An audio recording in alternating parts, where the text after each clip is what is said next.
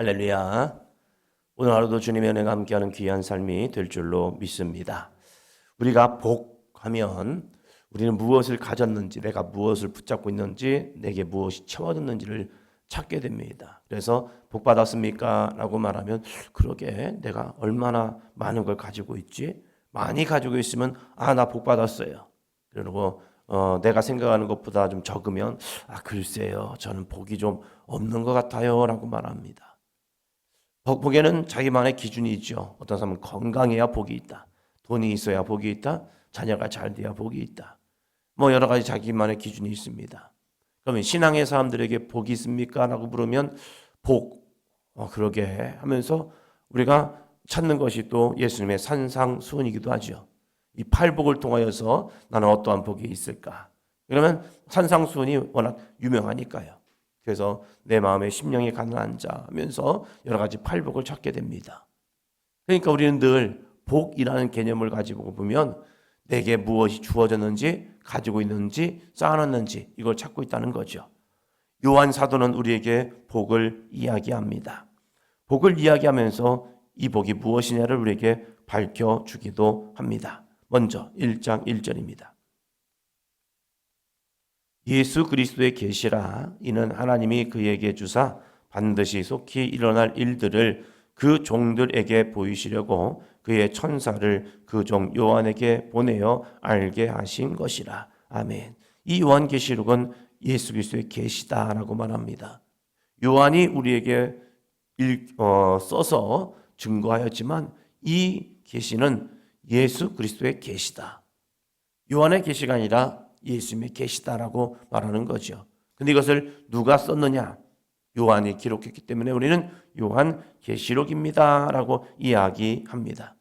그러나 그 중심에는 누가 있느냐? 예수 그리스도가 계시다는 거예요.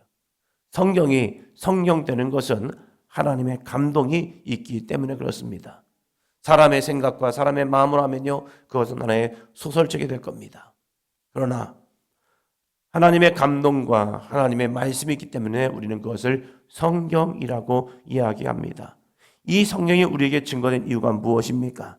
장차 임할 일, 속히 일어날 일을 우리에게 증거하고 있다는 거예요.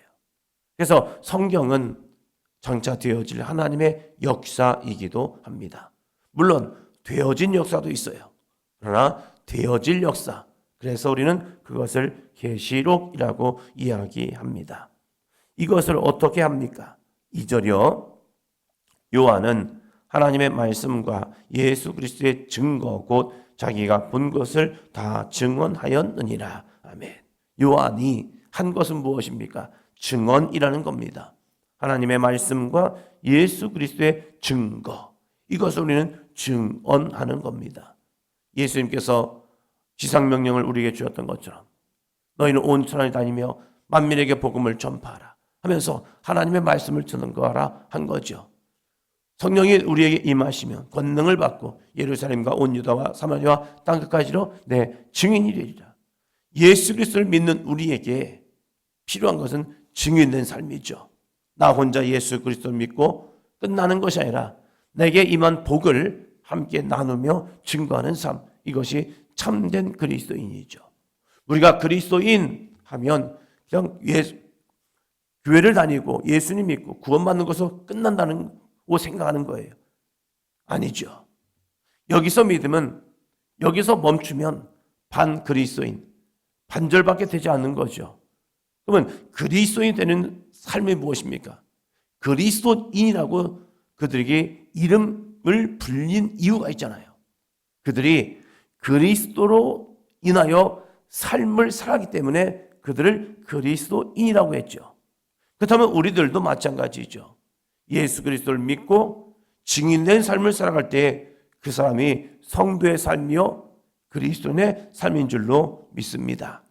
요한에게 하나님의 말씀과 예수 그리스도의 증거를 보여준 이유, 그것은 너가 증언하여라 라고 해서 이것을 보여줬다는 거죠. 우리가 성경을 열심히 읽고 믿음으로 살아가는 이유는 내 안에 지식만을 채우기 위한 것이 아니라 내가 경험한 그 예수님을 증거하기 위해서요. 그러면 요한이 증거하고 있는 복 있는 사람은 무엇이냐?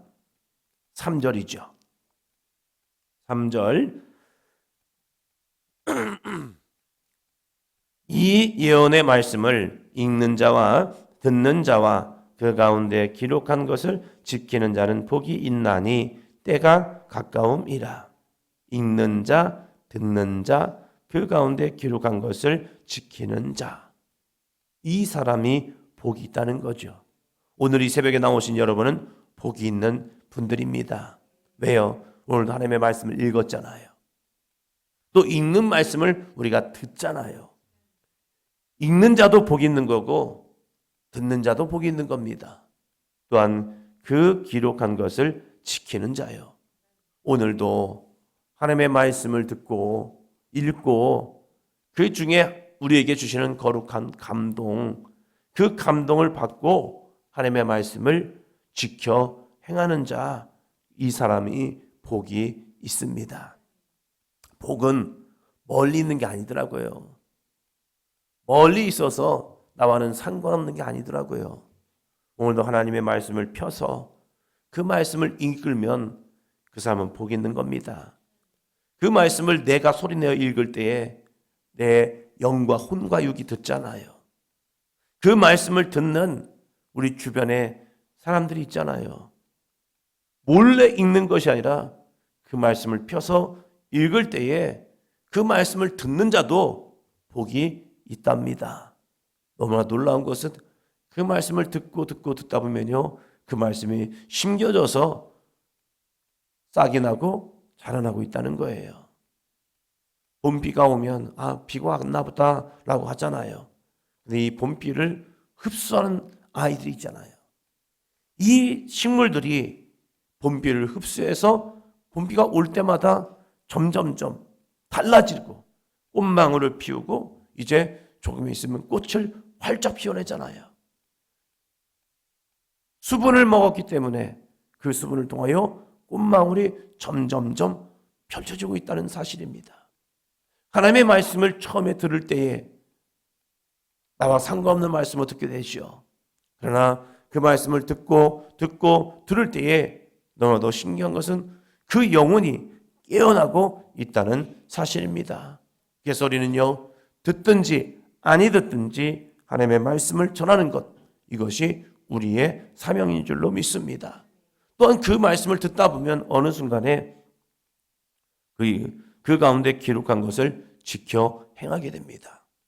행할 때까지 하나님의 말씀을 열심히 읽게 하고 듣게 할 때에 그 가운데 행하는 역사도 임하게 됩니다.